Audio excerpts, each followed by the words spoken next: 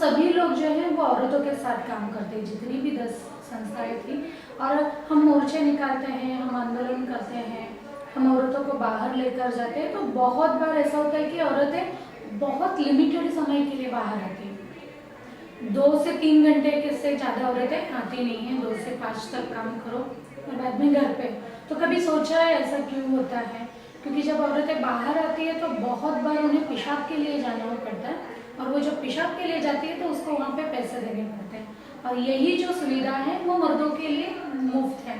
तो क्यों ना हम मुंबई लेवल पे ऐसा सवाल लें ताकि ये सवाल हल हो और महिलाओं के लिए क्लीन, फ्री, सेफ यूरिनल्स वहाँ पे बने, इसके लिए हम काम कर सकते हैं क्या?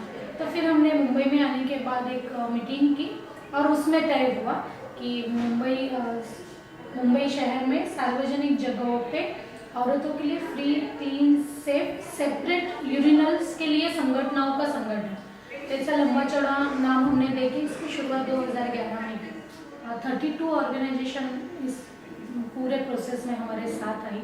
और जब हमने ये देखा कि जो हमारा अनुभव है कि हम जाते हैं, पैसा देना पड़ता है, वहाँ पे साफ सुथरा टॉयलेट नहीं होते हैं, पानी नहीं होते हैं, लाइट नहीं होती है, छेड़छाड़ होती है, तो ये जो अनुभव है उसको हम क्यों ना कागजात पे लाए। और फिर हमने एक सर्वे किया 129 टॉयलेट ब्लॉक्स जो है मुंबई के अलग अलग वार्ड के, उसमें हमने जाकर सर्वे किया कि जो हमारा अनुभव है क्या वही सर्वे कहता है। और वो सारा सर्वे होने के बाद हमने वो जो रिपोर्ट है वो जो स्थायी समिति, स्टैंडिंग कमेटी जो है बीएमसी की, उनके पास जाके हमने वो हैंड ओवर किया। और ये सर्वे हमने अकेले नहीं किया, क्योंकि बहुत बार फिर आप जो सर्वे लेके जाते हो उस पर यंत्रणाएं वो विश्वास नहीं रखती है, तो हमने बीएमसी के लोगों को ही साथ में लेके ये सर्वे किया था। ये सर्वे देने के बाद बहुत बड़े बड़े आश्वासन हमें मिले। ऑफकोर्स वो मिलने ही थे कि हम इतने टॉयलेट बनाएंगे, इतना फंड आ जाएगा, और हमारी सेपरेट यूरिनल्स की मांग थी। तो बहुत सारे चर्चा हो रही थी कि अलग से क्यों चाहिए, फिर वो जो कमोड है उसको क्यों नहीं यूज़ करते।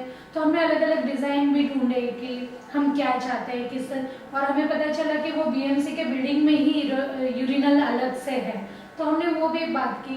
तो पहला जो दौर था वो हमारा जानकारी हासिल करना, वो देना, हर बार मीटिंग में जाना, नए नए ऑफिसर से मिलना, हर बार जीरो से फिर स्टार्ट करना कि हम कौन है, क्या कर रहे हैं, ये सारा हुआ। फिर आरटीआई का हमने इस्तेमाल किया कि क्या सिचुएशन है, कितने टॉयलेट है, कितने यूरिनल्स है औरतों के लिए, कितने मर्दों के लिए। और हमें याद है कि वो आज भी हमें वो चित्र सामने आता है कि जब हम वो जवाब लेने गए थे और वहाँ पे उस ऑफिसर ने हंसते हंसते लिख कर दिया था कि औरतों के लिए 0 यूरिनल्स है, और जिसको उसको शर्म भी नहीं आ रही थी कि इस तरीके से बात हम कैसे बताएं, ये इतना बड़ा मुद्दा है।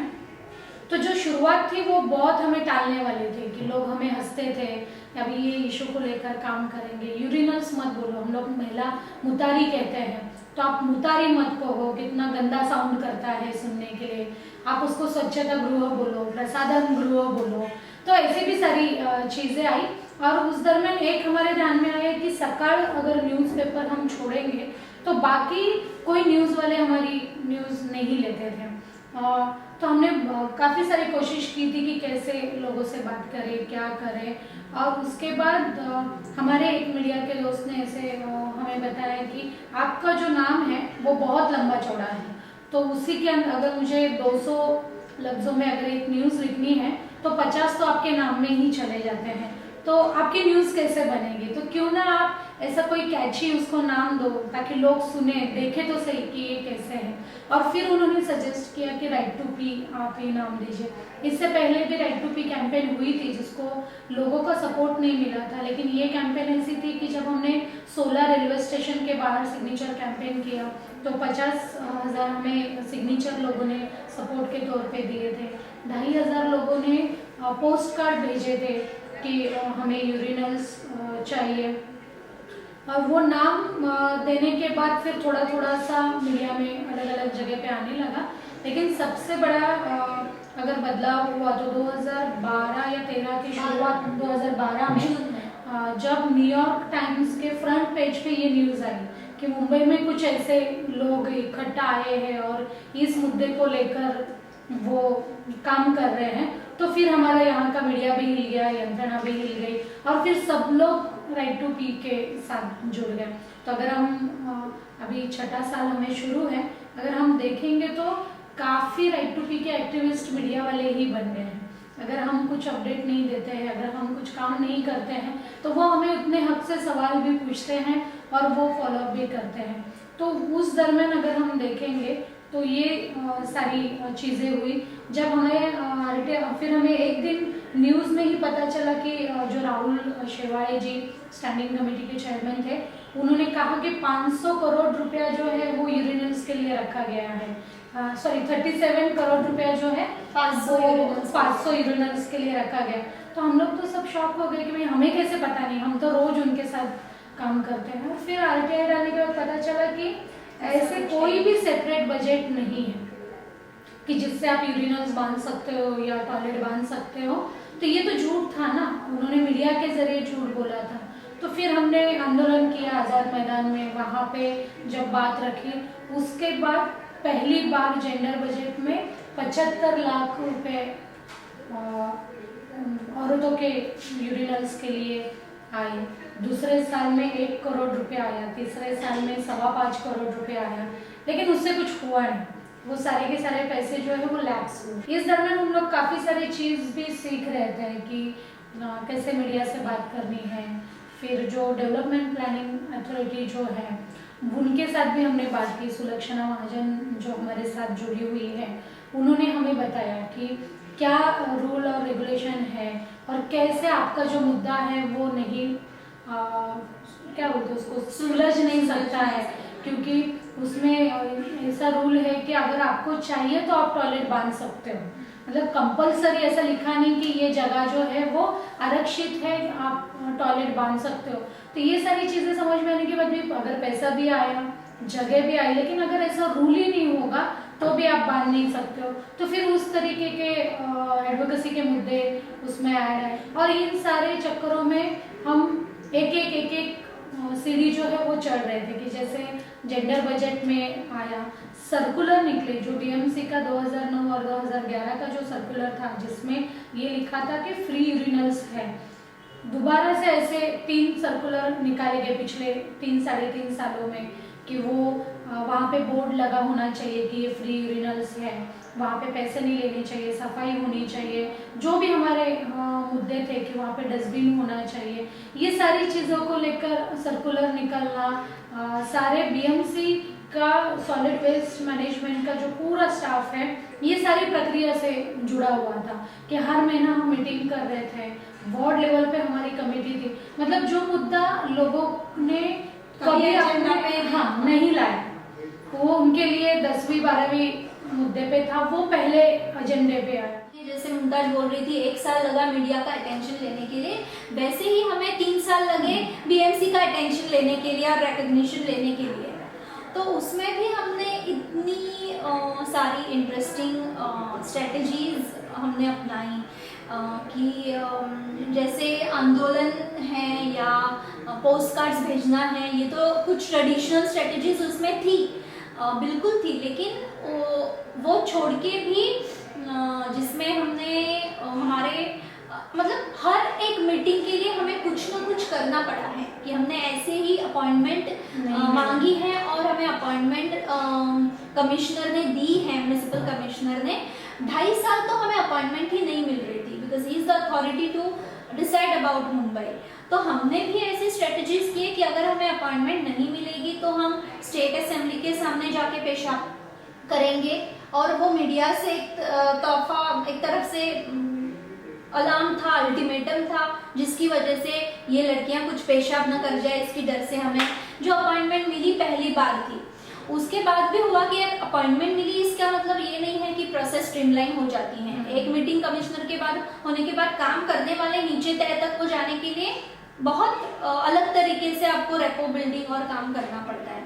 वहाँ पे भी जैसे कि हम सारे अलग अलग संगठन से जुड़े हुए लोग इसमें थे, तो अलग अलग वार्ड्स के जो टॉयलेट की स्थिति थी उसके बहुत फोटोग्राफ्स हमारे, क्योंकि हम ना कंटिन्यूअस हम क्या बोलते हैं, we were working together with the corporation, तो जाके मॉनिटरिंग करना, उसके फोटोग्राफ्स निकालना, लोगों से बात करना, सारे डर्टी टॉयलेट्स के जो फोटोग्राफ्स थे तो उसको हमने ई ग्रीटिंग्स में कन्वर्ट किया और उसको हमने नाम दिया कि, और it was a Diwali time so it was happy Diwali, PEEP। सो हमने सोचा कि इस सारे ई ग्रीटिंग्स से हम उनके ईमेल्स ब्लॉक करेंगे एंड रिजल्ट वाज उसी ईमेल पे हमें रिप्लाई आया थर्ड डे कि you are been invited for the meeting. World toilet day को लेकर हम लोगों ने सभी जगह पे, जितनी भी जगह पे प्रोग्राम हो रहे थे वहाँ पे हमारे अलग अलग लोग जाके वहाँ पे बात कर रहे थे, क्योंकि ये खुशियाँ मनाने वाला या सेलिब्रेशन करने वाला मुद्दा है ही नहीं। आप ही के यहाँ पे एक टीम पिछले 4-5 सालों से आपके पीछे पड़ी है कि आप यूरिनल्स के लिए काम करो, और वहीं पे आप स्वच्छ भारत अभियान के अंतर्गत होगा या वर्ल्ड टॉयलेट डे के लेकर होगा कि आप वहाँ पे खुशियाँ मना रहे हो, तो ऐसा नहीं होगा। फिर उन्होंने जन सुनवाई के प्रोग्राम थे, मीटिंग की जहाँ पे PPT हुई, उसके बाद सारे टॉयलेट चलाने वाले लोगों को वहाँ पे बुलाया गया। तो हम लोगों ने, हमारी स्ट्रैटेजी थी कि हर एक जगह पे अलग अलग टीम के लोग जाएंगे और सभी जगह पे जाके अपनी बात रखेंगे। तो ऐसा हुआ था कि उनको कहीं पे नहीं छोड़ रहे थे, वो जहाँ जहाँ पे जा रहे थे वहाँ पे हम पहुँच रहे थे। और उसी का अगर हम ये देखेंगे तो अभी सैनिटेशन को लेकर BMC या कोई भी अथॉरिटी कुछ भी करना चाहते तो वो पहले राइट टू पीस से बात करते हैं कि आपके क्या कहना है, आपका क्या सजेशन है। या जैसे ई टॉयलेट लाने की बात हो रही थी या शी टॉयलेट लाने की बात हो रही थी, तो हमने हमारा विरोध कायम रखा। भले हम उनके साथ बैठ के हमने हमारी डिज़ाइन तैयार की, हमने गाइडलाइन तैयार की, चेकलिस्ट तैयार की, लेकिन जैसे उन्होंने ये मुद्दा ला के रखा, उन्हें ऐसा लग रहा था कि शायद ऐसा कुछ बोलेंगे तो राइट टू पी वाले खुश हो जाएंगे और बोलेंगे कि चलो अच्छी बात है। लेकिन हमने उसके बारे में पूरी जानकारी निकाली कि क्या क्या प्रॉब्लम्स है, अगर वो आते हैं तो क्या हो सकता है, कॉइन डालने का क्या मतलब है, उसमें अगर कोई फंस गया तो कैसे। तो ये जो सारी चीज़ें होती है, जब आप ग्राउंड पे काम करते हो, जब आपको अनुभव होता है, तभी आप वहाँ पे रख सकते हो। तो एक काफ़ी अच्छा अनुभव हमारे सारी टीम का था, जिसको लेकर हमने ये बात वहाँ पे रखी। और आज के दिन तक जहाँ जहाँ पे BMC या कोई भी स्टेक होल्डर गलत चीज़ें लाता है, हम वहाँ पे बोलते हैं। और वो एक बात भी है कि वो एज अ प्रेशर ग्रुप के तहत वो हमें मानते हैं कि भाई इनका मतलब हमारा ऐसा, हमारी एंट्री ऐसी होती है कि अगर जैसे ही जाओ तो लोग ऐसे होते हैं, बाप रे इन लोग आ गए यानी कुछ तो हुआ। तो इस तरीके का एक प्रेशर हमने कायम रखा है क्योंकि हमारी भूमिका स्पष्ट है। ये मुद्दा जो कॉन्स्टिट्यूशन के कुछ वैल्यूज इससे बिल्कुल जुड़े हैं। बेसिकली हमारा जो सारा काम है उसी वैल्यूज के आधार पर खड़ा है। जो कॉन्स्टिट्यूशन कुछ जो मूलभूत अधिकार देता है उसमें राइट टू इक्वालिटी है, फ्रीडम है, मोबिलिटी है, ये सारे जो राइट्स हैं, तो ये भी इस मुद्दे से किस तरीके से जुड़े हुए हैं। जैसे हम जब कहते हैं मोबिलिटी का मुद्दा है, तो इसमें हर बार देखा गया है, अगर महिला और पुरुषों के बारे में देखा जाए तो पुरुष सबसे आगे ये मुद्दा आउटकास्ट करके बाहर निकाल के दे मेक देयर चॉइस। लेकिन जब महिलाओं की बात आती है तो उसमें पॉजेस बहुत रहते हैं कि अगर मुझे सुबह 7 बजे काम पे निकलना है और मेरी जर्नी 2 घंटे के बाद मैं अपनी जगह पे पहुंचने वाली हूँ, तो उस बीच में मैं बहुत मैं विचार बिल्कुल करती हूँ कि अगर मुझे बाथरूम को जाना हुआ या मुझे टॉयलेट को जाना हुआ तो मैं पानी पीना है कि नहीं, मैं कंट्रोल करूँ क्या, अगर फिर भी टॉयलेट किसी प्लेटफॉर्म पे दिखाई दिया तो मैं जाऊंगी या नहीं। तो ये सारे मुद्दे मतलब जो सिटी क्या बोलते हैं 24/7 वर्किंग सिटी है और जिसमें we are 4th generation of working womens, और उसमें भी मसला अलग फॉर्मल एंड इनफॉर्मल सेक्टर का है कि हमारा जो ये मुद्दा है वो ज़्यादातर के इनफॉर्मल सेक्टर के महिलाओं, असंगठित क्षेत्र के महिलाओं के लिए ज़्यादा उसको हम आगे लेके जाते हैं, क्योंकि जो 6% संगठित क्षेत्र में है उनको they have the facility in their office, in their institution और anywhere they go. or they can access CCDs and malls which the informal sector cannot. तो जो पेपर बेचने वाले होंगे, कचरा इकट्ठा करने वाले होंगे या सब्जी मंडी में बेचने वाले होंगे, ये सारे लोगों से हमने भी बात की और ये समझ में आया कि एक तो उसमें पैसा भी जुड़ा है कि इकोनॉमिक्स उससे जुड़ा है कि अगर मैं 100 रुपया दिन में कमाती हूँ तो मैं मेरे यूरिनल के लिए कितना पैसा खर्च करूँगी या मैं कंट्रोल करूँगी। तो ये सारा क्या बोलते हैं, it's intersection of all these issues together.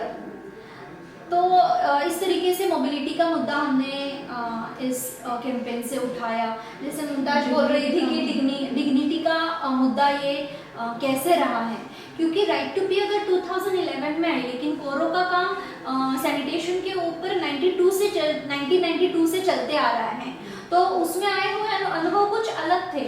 जो लोग इससे जुड़े हुए थे वो हमें कायम शेयरिंग करते आए हैं कि how it is link to community womens dignity, कि मुझे एक इज्जत की जगह मिल रही है, एक प्राइवेसी मिल रही है जहां मैं जाके खुद को रिलीव कर पाऊँ। शहर नियोजन मुंबई का डेवलपमेंट प्लान जो बन रहा है उसमें भी राइट टू पी ने 2012 से लेके आज तक 4 साल में एक इम्पॉर्टेंट रोल प्ले किया है। उसमें सिर्फ निवेदन देना, सजेशंस देना या ऑब्जेक्शन करना, इसके अलावा डीपी प्लानर्स, अपने सॉलिड वेस्ट मैनेजमेंट वाले लोग और राइट टू पी ने मिलकर जगह लोकेट करना, उसको जाके विजिट करना, वो फाइनलाइज करना, उसकी डिज़ाइन बनाना, उसका बजट बनाना और फाइनली अभी बहुत नहीं लेकिन 3 जगहों पे डीपी का इम्प्लीमेंटेशन होने के इसमें वो प्रोसेस आगे हो गया है। कल अगर टॉयलेट्स हो जाते हैं तो मसला छूट नहीं जाता है, बट अथॉरिटीज जेंडर सेंसिटिवली की सिर्फ शहर में पुरुष नहीं है, महिलाएं हैं। अभी तो थर्ड जेंडर का मसला भी आया है कि they are also as per Supreme Court guidelines they are saying they want a separate urinals and toilets. तो ये इस सारे को हम सेंसिटिवली कैसे देखें, तो ये सिर्फ टॉयलेट के मुद्दे की नहीं, लेकिन शहर के हर एक मुद्दे को, वो ट्रांसपोर्ट रहेगा, एजुकेशन रहेगा, हाउसिंग रहेगा, वाटर रहेगा, तो how state is going to look up to those issues gender sensitively. So that's actually agenda to take forward.